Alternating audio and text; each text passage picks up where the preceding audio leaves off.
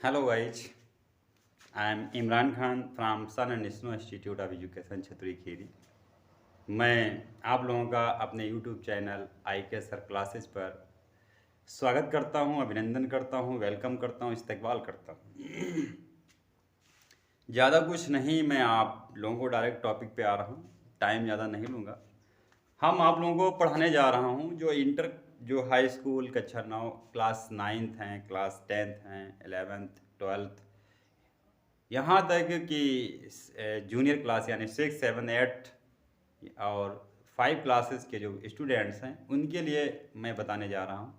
यानी आप जब कभी इंग्लिश पढ़ोगे तो आप लोगों को ग्रामर पढ़नी पड़ेगी। विदाउट ग्रामर आप कुछ नहीं कर पाओगे। इसीलिए कहते हैं, इंग्लिश में कहावत है, learning grammar is not child's play. Grammar सीखना बच्चों का खेल नहीं है। तभी कह रहे हैं जो आज हम पढ़ाने जा रहा हूँ ग्रामर के अंदर, यानी ग्रामर मीन्स व्याकरण और उर्दू में कवायद बोलते हैं, तो उसी को पढ़ाने जा रहा हूँ। तो उसकी शुरुआत आज करूँगा मैं पार्ट्स ऑफ स्पीच से। पार्ट्स ऑफ स्पीच, ग्रामर में जो पार्ट्स ऑफ स्पीच हैं वो ग्रामर का दिल है। यानी बिना इनके आप सेंटेंस नहीं बना सकते हैं, वाक्य नहीं बना सकते हैं। इसीलिए हर स्टूडेंट्स को, हर विद्यार्थी को ये ज़रूरी है पढ़ना। बिना इसके आप ग्रामर नहीं सीख पाओगे। चलो चलते हैं, देखते हैं। पार्ट्स ऑफ स्पीच यानी शब्द भेद। हिंदी में शब्द भेद 8 होते हैं और इंग्लिश में ये शब्द भेद 10 होते हैं। इंग्लिश में शब्द भेद 10 होते हैं और उर्दू में 5 ही होते हैं। तो हम बताने जा रहा हूँ। पहला है नाउन। पहला क्या है? नाउन यानी संज्ञा। दूसरा है प्रोनाउन यानी सर्वनाम, adjective, verb, adverb, preposition, conjunction, interjection, article और ऑक्सिलरी। ये 10 हैं, 10। There are 10 parts of speech in English grammar. They are following, ये निम्नलिखित है। तो पहला आपको पार्ट्स ऑफ स्पीच जो मैं पढ़ाऊंगा वो है नाउन। तो नाउन, इसकी परिभाषा यानी डिफिनीशन है। परिभाषा डिफिनीशन है, a noun is the name of any person, place और थिंग। आप लोग छोटे से इंटर तक जब तक पढ़ रहे हो यही रटते रहे हो, लेकिन ये नहीं समझ में आया नाउन है क्या। A noun is the name of any person, place और थिंग। नाउन यानी संज्ञा वह शब्द है जो, संज्ञा वह है जो किसी स्थान, कोई भी स्थान का नाम ले लो, यानी कोई जगह का नाम ले लो, कोई व्यक्ति का नाम ले लो, कोई वस्तु का नाम ले लो, वो क्या होगा? नाउन होगा, यानी संज्ञा होगा। जैसे थोड़ी देर के लिए हम मानते हैं एच, जैसे राम नाम है, क्या है? नाउन है। हमने कहा गोला, कोई स्थान हो गया, ये भी नाउन है। हमने कहा पेन, कलम, टेबल, मेज, ठीक है, बर्ड, चिड़िया, ठीक है, ईटीसी इत्यादि, ईटीसी इत्यादि। इस प्रकार ये नाउन है। कोई भी नाम आप ले लो दुनिया में, वो चीज़ सब क्या है? नाउन है। तो नाउन के भी पार्ट्स होते हैं, काइंड्स ऑफ नाउन। नाउन के पार्ट्स होते हैं, कितने होते हैं वो भी बताने जा रहा हूँ, देखते हैं।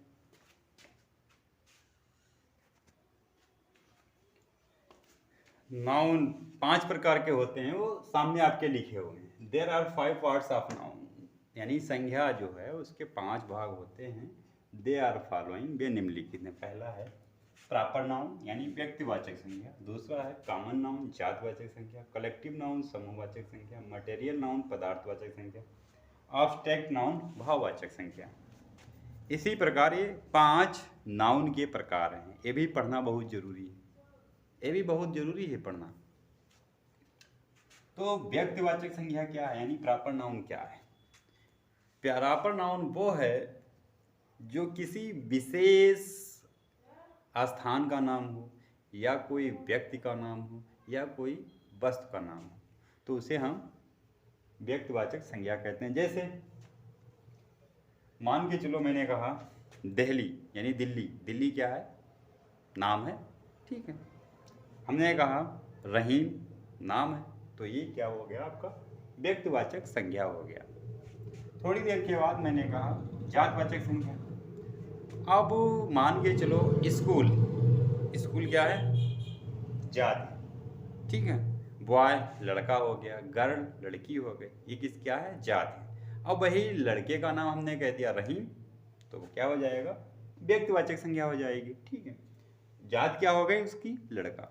ठीक है, अब देखते हैं समूहवाचक संज्ञा। अब समूहवाचक संज्ञा का मतलब ये है जहाँ पर ज़्यादा लोग इकट्ठा हो, एक से अधिक, तो वो क्या कहेगा? समूह, यानी कलेक्टिव नाउन। जैसे हमने कहा स्टूडेंट्स, विद्यार्थी हो जाएंगे, तो विद्यार्थी का मतलब क्या हुआ? यहाँ पर एक से अधिक लोग हैं। हमने कहा आर्मी यानी सेना, ठीक है, वो भी हो जाएगा। कलेक्टिव नाउन समझ में आ गया। फिर उसके बाद देखते हैं पदार्थवाचक संज्ञा। कोई भी पदार्थ का नाम ले लो, कोई भी पदार्थ का नाम, जैसे दूध यानी मिल्क, मिल्क मीन्स दूध होता है, और लकड़ी भी होती, वुड, वुड मीन्स लकड़ी। तो ये क्या है? पदार्थवाचक संज्ञा। ठीक है, क्लियर हो गया। अब इसके बाद देखते हैं एब्स्ट्रैक्ट नाउन, भाववाचक संज्ञा। भाववाचक संज्ञा समझ लो। भाववाचक संज्ञा का मतलब ये होता है, भाववाचक उसे कहते हैं जिसे केवल हम महसूस कर सकते हैं। क्या करते हैं? महसूस करते हैं, फीलिंग कर सकते हैं। क्या कहते हैं? फीलिंग, केवल महसूस करते हैं। जैसे हमने कहा honesty is the best policy, honesty is the best policy, यानी ईमानदारी सबसे अच्छी नीति है। या मैंने कहा Ram is a honest boy, Ram एक ईमानदार लड़का है, तो उसका गुण क्या हुआ? ईमानदार। ठीक है, क्लियर हो गया। ऐसे थोड़ी देर के लिए हम आप लोगों को एक वर्ड लेकर उसको समझा देंगे, क्लियर हो जाएगा। बहुत गांव में आप लोग देखा होगा बकरा होता ना, बकरा। तो बकरा जो है वो क्या है? ठीक है, बकरी या बकरा क्या है? जात है ना, कॉमन नाउन है। उसका गांव में लोग नाम रखते हैं, टॉमी, डोमी, कुछ भी, सोनू, मोनू, तो वो क्या हो जाएगा? उसका प्रॉपर नाउन हो जाएगा। बकरे को हमने मोनू कह दिया तो क्या हुआ? प्रॉपर नाउन हुआ। और उसकी जात क्या है? बकरा। ठीक है, क्लियर हो गया। और जहाँ पे अधिक हों तो फाल्क बोलते हैं, यानी जानवर बहुत से, तो क्या होगा? समूहवाचक हो जाएगा। बकरे ज़्यादा हो जाएंगे या इकट्ठा कर दो तो क्या हुआ? समूहवाचक, कलेक्टिव नाउन। और मार्केट में लोग क्या करते हैं? उसे काट देते हैं, टुकड़ों में तब्दील हो जाता है, तो वो क्या कहलाएगा?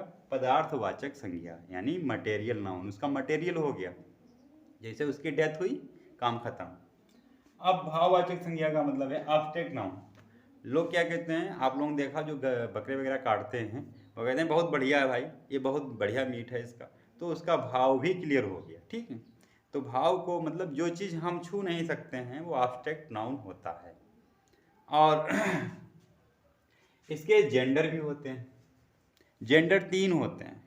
ठीक है, जेंडर यानी 3 होते हैं लिंग, नाउन के 3 होते हैं, एक स्त्रीलिंग, पुरुषलिंग, और एक नेपचर होता है, पुल्लिंग होता है। ठीक है, वो भी पढ़ाएंगे, अभी देखते हैं।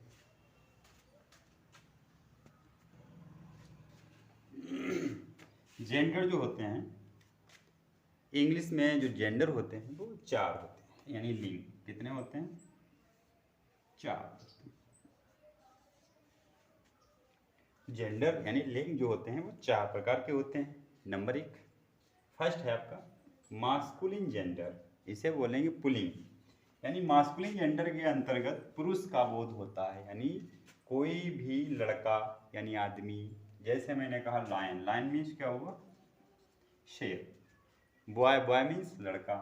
ठीक है, जो मतलब पुरुष का बोध कराते हैं वो क्या होते हैं? Masculine gender. अब देखते हैं, आप लोगों ने देखा होगा जो आधार कार्ड होता है उस पर लिखा होता है ऐसे करके, सेक्स के आगे लिखा होता है एम। ठीक है, तो एम से क्या हुआ? मास्कुलिन यानी पुरुष हो गया। अब कभी कभी लिखा होता है एफ, वो फीमेल हो जाता है। ये मेल है, ये फीमेल है, तो ये मास्कुलिन पुलिंग हो गया, यानी पुरुष का बोध कराता है। फेमिनाइन यानी स्त्रीलिंग, एफ से क्या होगा? स्त्री यानी फीमेल। ठीक है, स्त्री का बोध कराता है। जैसे मैंने कहा सीता, गीता, मीता, नीता, ये क्या है?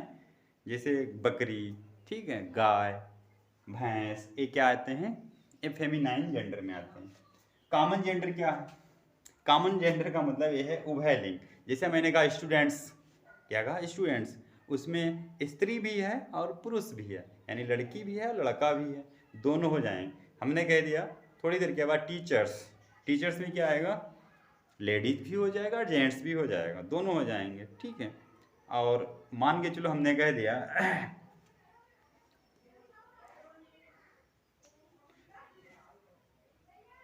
टीचर्स हो गया, पेरेंट्स हो गया, पेरेंट्स मीन्स माता पिता, उसमें भी माता पिता हो जाएगा। और हमने कहा पड़ोसी, नेबर, नेबर मीन्स पड़ोसी, कजिन्स, ठीक है। तो ये क्या आएंगे आपके कॉमन जेंडर में आएंगे, यानी दोनों, जिसमें दोनों चीज़ों का बोध हो वो क्या कहलाएगा, कॉमन जेंडर। अब आते हैं नेचर जेंडर यानी नपुंसक लिंग। अब जिसमें जान नहीं होती है वो नपुंसक में आता है, जैसे बेजान, निर्जीव, नॉन लिविंग थिंग्स। जैसे थोड़ी देर के बाद हमने कह दिया पेन, कलम, कलम, चेयर, बुक, टेबल, ये क्या आएंगे, ये किस में आएंगे, नपुंसक लिंग में आएंगे, ठीक। यानी जो वस्तुएं होती हैं वो किस में आएंगी, इसमें निर्जीव वस्तुओं का बोध होता है, सिंपल सी बात है, इसमें निर्जीव वस्तुओं का बोध होता है। क्लियर हो गया। अब इसके बाद हम पढ़ाएंगे आप लोगों को, यानी नाउन के जो नंबर होते हैं वो कितने होते हैं वो भी समझ लीजिएगा। क्या लिखना है, kinds of number, kinds of number, ठीक है। Kinds of number, kinds of number यानी नंबर मीन्स वचन के भेद, वचन के भेद कितने होते हैं, दो प्रकार के होते हैं। कितने होते हैं, दो प्रकार। पहला आपका है सिंगुलर नंबर या सिंगुलर नाउन बोलते हैं, और दूसरा है आपका प्लूरल नाउन या प्लूरल नंबर, ठीक है। इसे बोलते हैं एक वचन और इसे बोलते हैं बहुवचन, ठीक है। एक वचन, बहुवचन।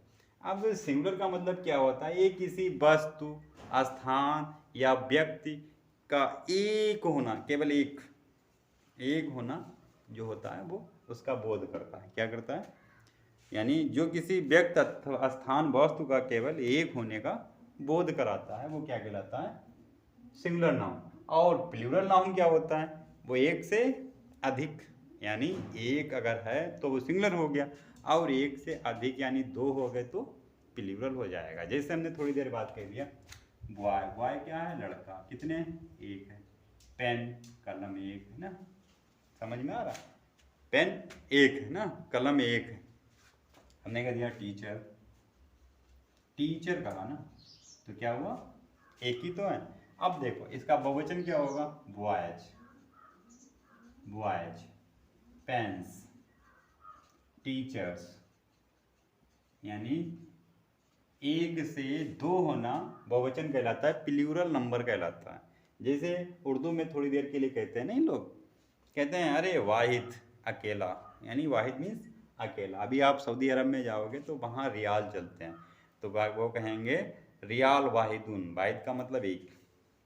प्लूरल नाउन में क्या कहेंगे, बहुवचन, यानी उर्दू में बोल देते हैं जमा, अरे बहुत से लोग जमा हैं, इकट्ठा हैं, तो वो प्लूरल नाउन होता है, ठीक है। Singular noun, plural noun clear हो गया, ठीक है। अब इसके बाद और भी है, लेकिन अब नाउन इतना ही पढ़ो, लेकिन आप लोग भी बोर हो जाओगे, फ़ायदा क्या है। अगले दिन हम आप लोगों को पढ़ाएंगे प्रोनाउन, प्रोनाउन क्या है, सर्वनाम क्या है, ठीक है। तब तक के लिए आप इसे पढ़ते रहिए, धन्यवाद।